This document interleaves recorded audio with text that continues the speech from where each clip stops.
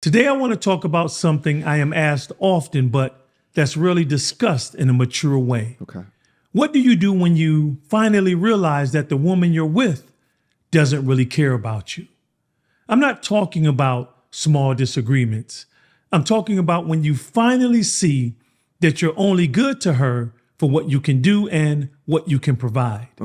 And praise Yah, my brothers, if you can discover this before you marry her. But let's be authentic. Many of us stay with this type of woman usually because she's attractive.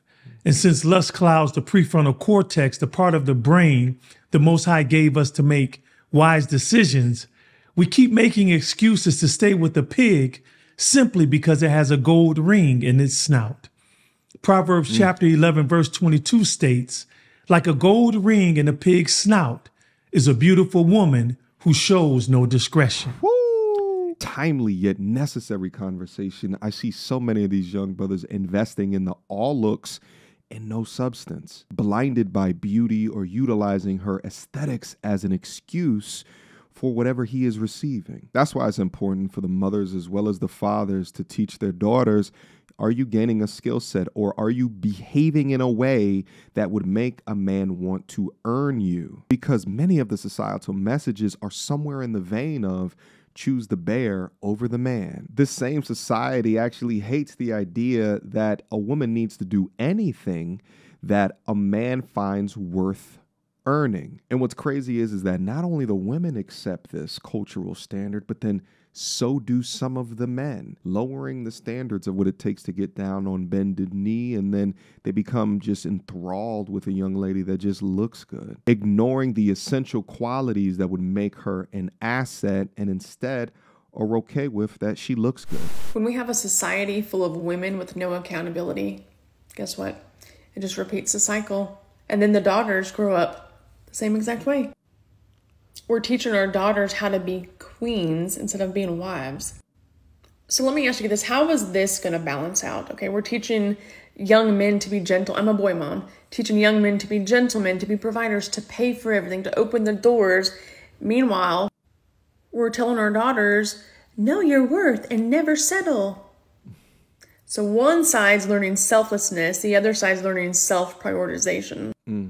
But unfortunately, little girls are taught what do they deserve versus what do they also bring to the relationship. And I'm raising a protector and a provider. And the last thing I want is my son to end up with your dusty daughter thinking that being submissive to a good man is oppression. And last I checked, equality doesn't mean that women get to wear the crown while men get to carry the cross. So women, a lot of this is directed towards you. So before you come at me, don't be out here listening to reply. Listen to what I'm saying. Have some accountability and then come at me. It's why so many get so angry at the what do you bring to the table question. It is because they have been conditioned to only accept. Even King Lemuel in Proverbs chapter 31, verses 10 through 31, describes a virtuous woman not by how she looks, but her characteristics. He says she is the one who is hard to find. He closes with the very words that every man needs to etch into his heart. Charm is deceptive and beauty is fleeting, but a woman who fears the Most High shall be praised. In other words, don't get trapped by charm or distracted by beauty. They're temporary. But if she has reverence for Yah, humility, and is open to accountability, those qualities, my brothers, are eternal. Those qualities build a marriage. Without them, you're simply building on the sand of emotions. And what I mean by those qualities are eternal is that if you marry a woman who doesn't have those qualities and she leads you off the path of righteousness, you won't make it to eternity with Yah. This is why it's imperative that we do not marry by sight, but marry by faith.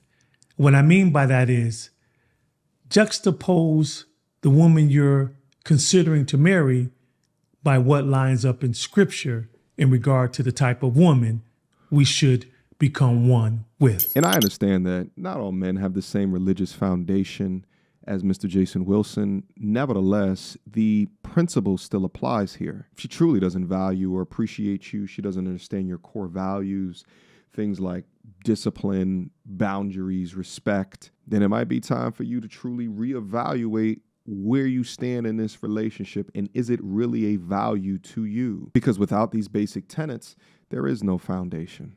Let's proceed. I'm actually creating a study about the virtuous woman for my Patreon brotherhood. So if you'd like to go deeper and learn more about the type of woman you should be pursuing for marriage, click the link in the description below. What does it look like when a woman doesn't really care about you? What I also want you to consider is that you can be with a woman who loves you, but not necessarily like you. A woman who sees the benefit of marrying you, but doesn't really care about you, may have moments of kindness, may show you moments of her being tender towards you. Selective femininity. She may even support you in certain ventures. But ask yourself this: does she support you in the way you ask for it, or only in the way she wants to give it? My brothers, that's not support.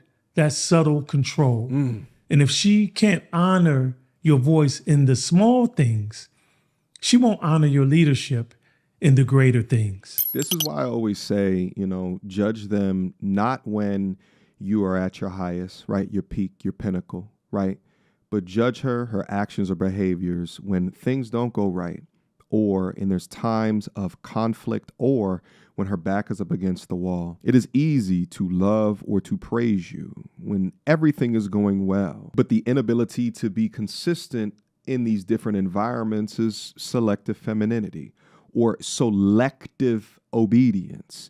They want the benefits that you can give them when times are high, yet they don't want the consequences for looking towards a leader when times get a little bit murky. The type of woman that will trust you or look to your decision-making capability or your leadership, those are the women that are worthy of letting relationship thrive. Everything else need not apply.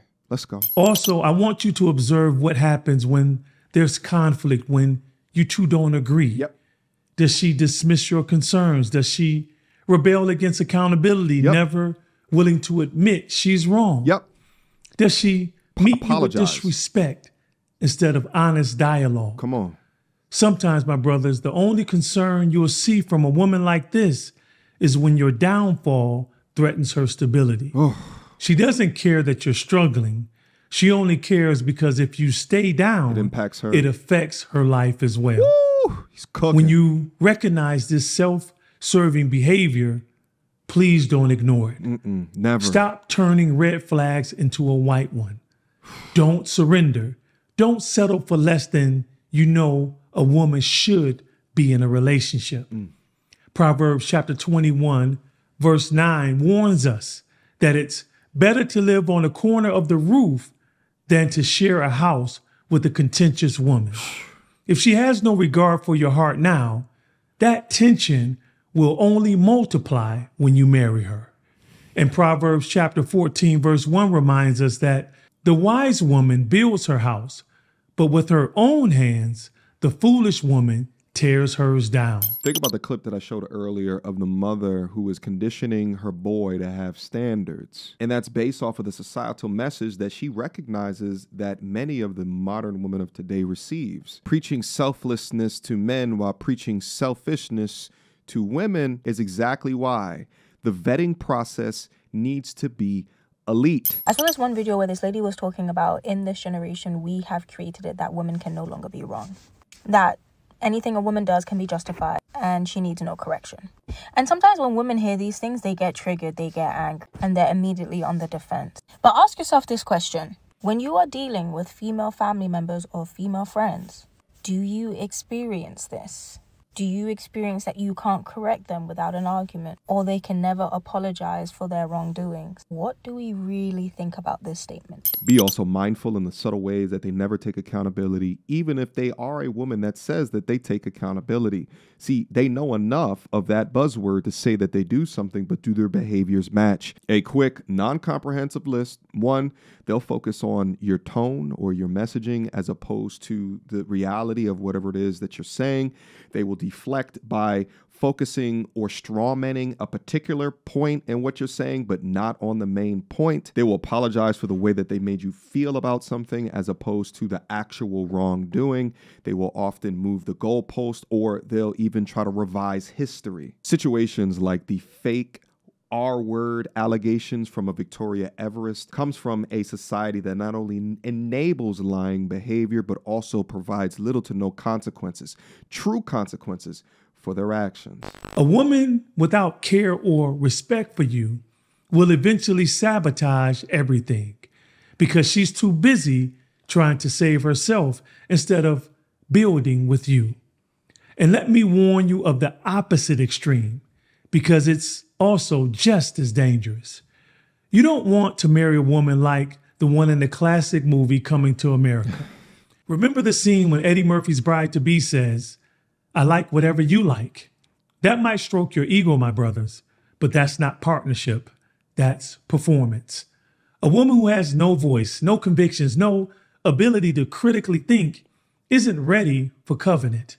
Marriage requires two people becoming one, not one person pretending just to keep the other happy. Now, let me be clear.